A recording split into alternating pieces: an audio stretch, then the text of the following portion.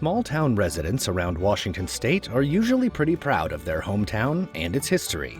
Whether it's mining, timber, fishing, or some other traditional way of life, folks in these places tend to preserve and celebrate their heritage, maybe a little more so than in the big cities. And one of the most devoted communities in Washington can be found nestled between Longview and the Lewis and Clark National Wildlife Refuge along the banks of the mighty Columbia River. I don't know of anybody in the room here that knows exactly where the name Stella came from. Stella, Washington, was once a bustling hive of timber, commerce, and riverboat activity. But like most places, it didn't start out that way.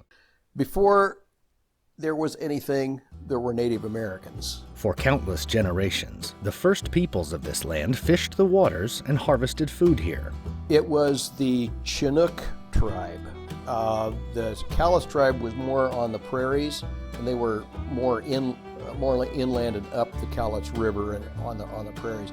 The Chinookian Native Americans had the most contact with a white civilization. That contact began with two of history's most well-known American explorers. We are mentioned in the Lewis and Clark journals, and they just were miserable, and they picked the wrong month to show up in the Great Northwest. But it does mention in passing that our bluffs here and it's pretty rugged area on both sides of the river. Toward the end of their long journey to the Pacific, Lewis and Clark's Corps of Discovery took what little refuge they could from the blistering winds and relentless rain for which Western Washington is known. And following in their footsteps came waves of pioneers looking to settle the American West. The first non-native settlers show up around, the story of Astoria and that area in the 1840s, the 1850s.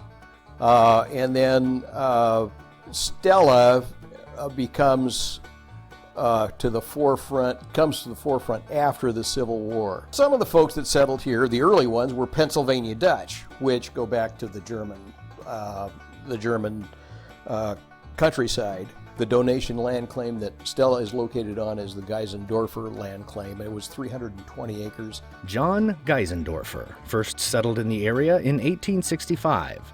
He later sold his claim to a man named Henry Lawson, who created a place for steamboats to stop and refuel.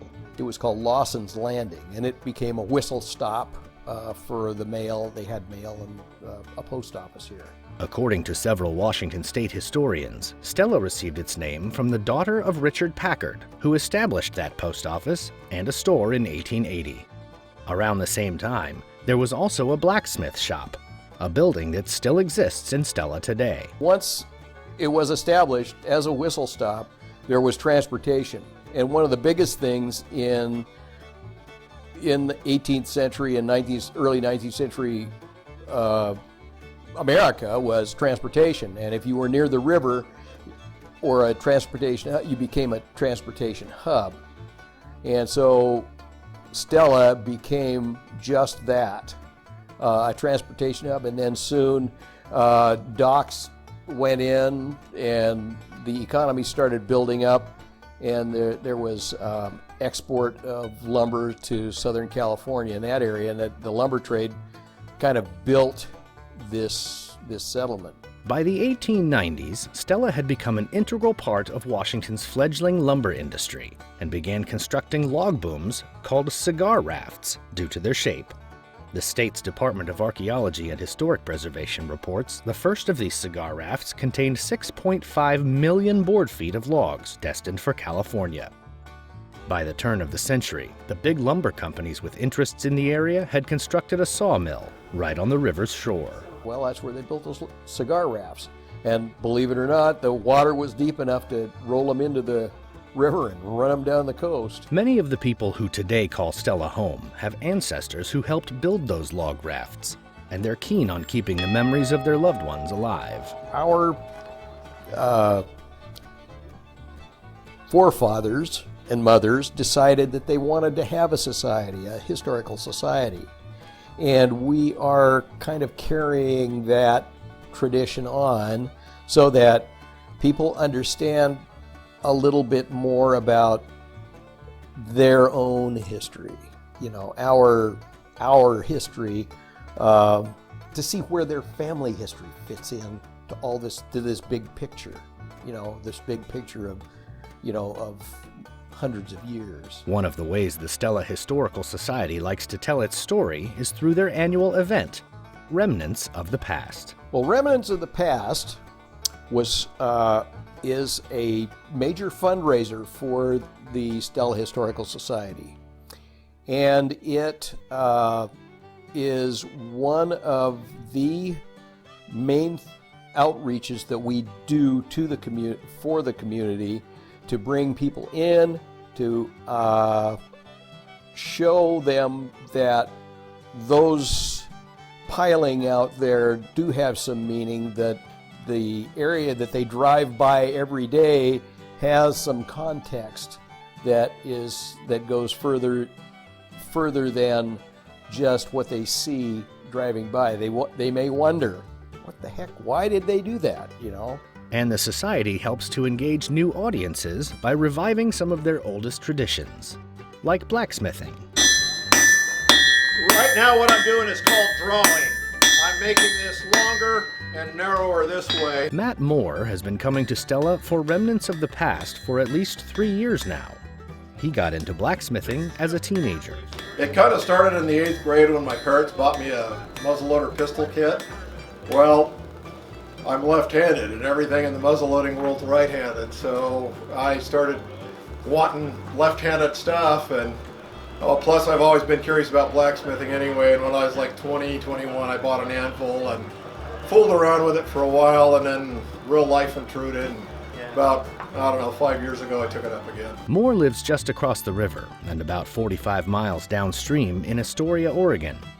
He teaches blacksmithing classes at Clatsop Community College and brings the students to Stella to show them how an authentic forge is supposed to work. So to rebuild this fire, first of all, I've got all these nice pieces of coke here. I'll go ahead and break those up and get those in the middle of my fire because they're clean and they burn hot. All the stuff that's loose on the sides here is green coal and hasn't had the volatile elements cooked out of it yet. So I push it up along the sides and add more coal on the sides. Visitors to Remnants of the Past come from all over Southwest Washington and Northern Oregon to tour the museum, get a feel for what life was like in Stella, and enjoy some homemade goods and down-home music. Both turned up nose and turned down hose. They never had no other foes. Has anybody seen my gal?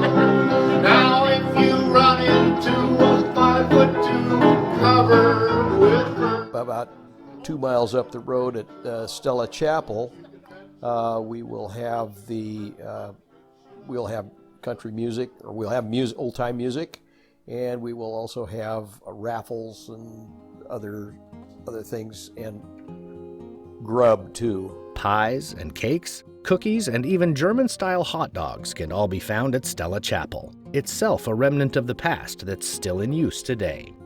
And when out-of-towners take home some of the treats from Stella's big event, Harvey Williamson knows they're taking a little piece of Stella with them. Their stories are now part of our story, and we want that inclusion.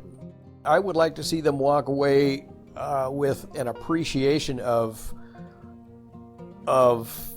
where their sense of place is, and that their lives count.